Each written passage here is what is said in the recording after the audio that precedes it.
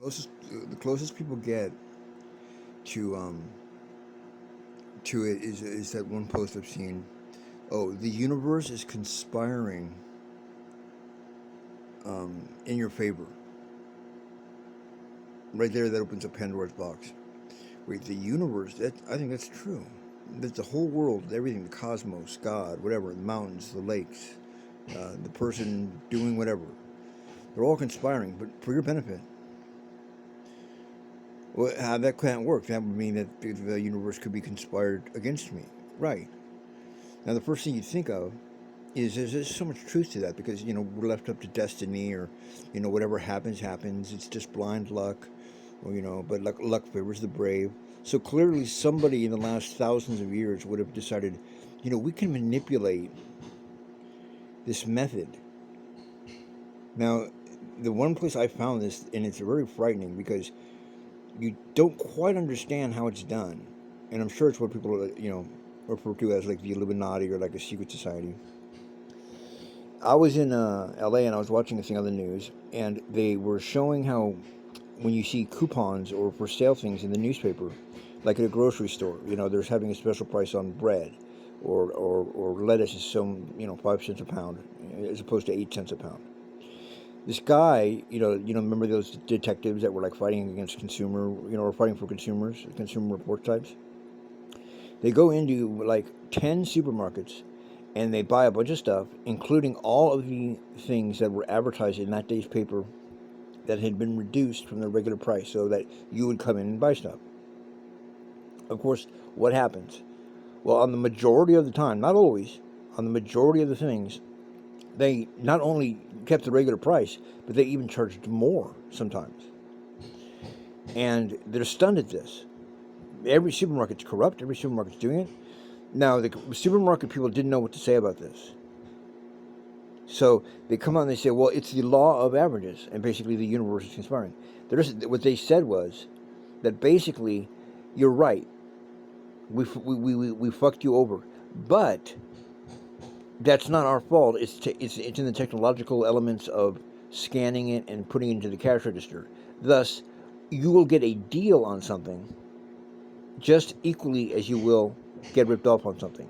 That's bullshit. We all know that that's bullshit. When you go through the McDonald's drive-thru, you very rarely, maybe once out of 100 times, is the order wrong in your favor. Look, they gave us extra fries. That happens once in a while, but they're saying it happens just as often as, fuck, dude, they forgot my burger. Oh, man, they forgot my fries. That happens all the time. So I'm not saying these mistakes are deliberately being made, but you have to pay attention to them and realize someone benefits out of that. And so that falls on the person selling it to you. So in other words, I mean, even if you're selling ice cream or lemonade, a lemonade stand, you are now put into a position of realizing, yes, it's almost your obligation to guarantee, if not give extra, or cut the prices, that, look, I'm selling this to you cheap. People don't realize this. Because I'm not going to take the time to see if there's a mistake made. And me and you know that so many mistakes get made, the devil's going to make it look like I ripped you off. But then we go, oh, this is too good of a deal. So then we don't buy it. Because we're so programmed into believing there's got to be a catch. And there is a catch. The question is, as the seller or the person producing these things, are you factoring that into what you're selling? The movie might suck, so okay, then don't overcharge for it. The book might suck, then don't charge so much for it. Now, if you find out it's good, yeah, you can charge more money, but you got to meet, one of the ways I make money really easily, and make a living out of it, is flipping products. I just have a talent. I actually learned it from my ex, where I knew what stores to go to. I knew what garage sales to go to. We all do this. We all try to do it. Now, here's the interesting catch. The universe does regulate on that. Because if I go and I find an item that you can get on Amazon for $200, and this person, clearly who probably doesn't know, is selling it. It's new in the box. They found it in the garage. Their son left it before he went to college. Some stereo or something like that. They're selling it for $10. Now, I'll buy that for $10 and run away happy as a motherfucker, being like, I'm going to go and make a bunch of money. But here's the catch. Do you know how you have to do that? You cannot charge $200. Almost everyone does that. Look at classic cars. Look at all the shit they sell in the classifieds. People are asking ridiculous amounts of money. You're thinking to yourself, are they expecting me to talk them down? Like, so it's weird that they would add the hustle in that. Like, why are you adding these extracurricular things? But again, if I put it in there for $100, you think there's got to be a catch. Right, because he could sell it for $200. I'm saying no. That the honest choice at that point, and I realized this because I did the other way. I said, God wants me to make a ton of money on this. Not necessarily. He wants you to give a little something back. If he's giving you something for $100 that costs $1,000, he does not expect you to sell it for $1,000. In other words, there does seem to be a nature or people versus like the money system, because we know it's corrupted. And see, everyone says, well, it's not my fault, it's not my fault. Well, it is your fault, because you're not doing anything to change it. You're not putting anything into the machine. You got to pay it forward. Thank you. That's exactly what it is. You have to pay it forward. So you will avoid any kind of negative karma, which you go, oh my God, why did I get ripped off here? What did I do wrong? Well, remember that garage sale you had last year? Remember that stereo you sold? Remember you only got it for $1. Yeah, but I made a profit because I sold it for $300. I know, and it was worth $350. It's too much money. Had you sold it for $150, you wouldn't be paying for it now. So there's a little tip for you. And that's just from someone who does that shit all the time. In fact, it won't even sell. The stuff, I'll see stuff next to mine in an advertisement that is selling for more money. But somehow or another, it's like a spirit tells these people, don't call that guy. Why? Because he's asking too much money. He didn't pay that much for it. He's not supposed to sell it for that much. Now, there's a lot of people that would disagree with me on that. And there's a lot of people who take advantage of that. But I'm saying, if you want to stay on the up and up in the gray market, which is where we should be, which is basically, I know someone who works at AT&T, and I sell drugs. So I'm going to trade them a bag of good weed or heroin, whatever, and they're going to bring me home a phone deal. They have the ability to go into the computer and give me a phone deal. That is exactly how we win. They're not going to be able to stop that. They already blame you for their problems.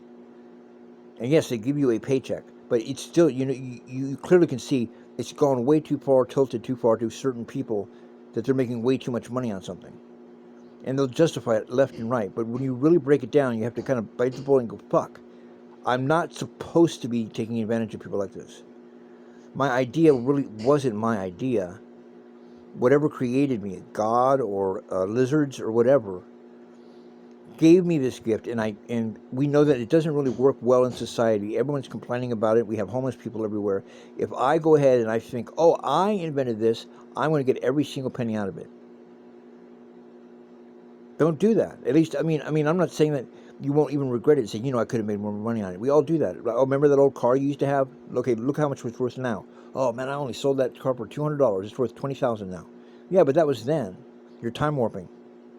It's like the nuclear bomb. Should we drop the nuclear bomb, or should we have 100,000 Americans die invading Japan? You say that's crazy. No, it's not crazy. Did you know we made so many Purple Hearts expecting, because we didn't know the nuclear bomb had been invented yet. We didn't even, and people say, well, this is so evil that you dropped it. Well, then why do we have to drop 2 of them? Just because we wanted to kill people? They wouldn't quit after we dropped 1. They made us drop 2 until they finally said, okay, we give up. But now, you time warp it. You evil bastards, what? You knew the dangers of nuclear weapons. You knew it and you still used it. Okay, so you wanted Hitler to use it first, or us? I mean, it sucks, but it comes down to that. But don't time warp. We do that shit with a lot of crap, like even slavery and things like that. Like, trust me, a lot of white people, we're going to be slaves one day. That's just the way, we don't know how things evolve. But don't play the role and be like, yeah, it's not our fault that black people were slaves. Yeah, it kind of is, because they don't get an inheritance like you do. They don't have a long bloodline of rich white people like you do. I mean, you got to at least give something up, but you don't want to do that. That's one of the genetic flaws, in my opinion, of white people. I try to override that shit all the time. Thank God I grew up in the city, because then you see it. Or then what happens is you start becoming a victim of it, and then you start complaining. I'm like, they're coming in from across the border. Look, Jose's not taking my job. The biggest threat to you is your next door neighbor. He's going to fuck your wife, she's going to get a divorce, and she's going to take all the shit. And he's not from Mexico. So, trust me, the biggest threats when you think of like, oh, the immigrants are coming. No, it's not the immigrants you need to worry about. They actually really respect things. They even respect the country more than you do. It's going to end up being someone close to you, someone you know, one of your own kind. It always is. Mexicans don't own the banks. Blacks don't own the banks. The bank has ripped off every single person. All of you who's gotten a bullshit charge. on every single level and look at who owns that company or that bank. Okay, that's what they're saying. So, I'm not making it a race thing, but I'm saying, I got to admit, as a white person and trying to be non-biased, I'm always getting ripped off by the bank. I'm always getting fucked over by cops. And, well, the majority of them are white. I mean, if that doesn't get fixed, then what are you bitching about when people bitch about it? They have a right to bitch about it. You don't really have a right to say, well, they're racist too. Why? Because they're defending themselves and pointing out that you're doing that? Or that your race is doing that? So we got to clean up our own backyards, right? So it's not their job to go out and protest when one of them gets shot for no reason. You don't see any white people out there. I mean, maybe nowadays, but you don't see any white people taking up the slack. If you don't think that the universe is going to take that out of our ass, you're mistaken. So then, if I do that, you're going to call me a wigger? What? I think that proves my point right there. No, I'm paying off a debt for you. We're paying off your debt, motherfucker. We're paying off the debt for these rednecks in the South that own slaves. That's got to come out of someone's ass. They might not pay them from the government, but, trust me, you're doing a favor when you stand up for what's right and do something not for yourself, but for someone else.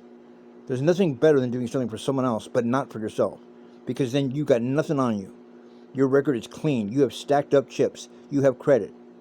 These other motherfuckers, it's going to catch up to them one day. These preppers and all these people that are scared to death and white flighters, if they don't face it, and they realize, I bet if I do go to Africa or Guatemala, I will love those countries, probably more so than I love my own. But I'm not going to go there yet. Because that's what happens with everybody. They go there and they find out, wow, everything I heard about this place is bullshit. The people there are cooler than they are in America. Happens every time. Set your watch by it. But these people, they don't get TV out there. No, but their vote is equal to yours. I mean, shit. The solutions to these things are very simple, but they're not very simple because something's blocking them from happening. And if you go and you look at what color that guy is, I guarantee you he's not black and he's not Latino. Weird.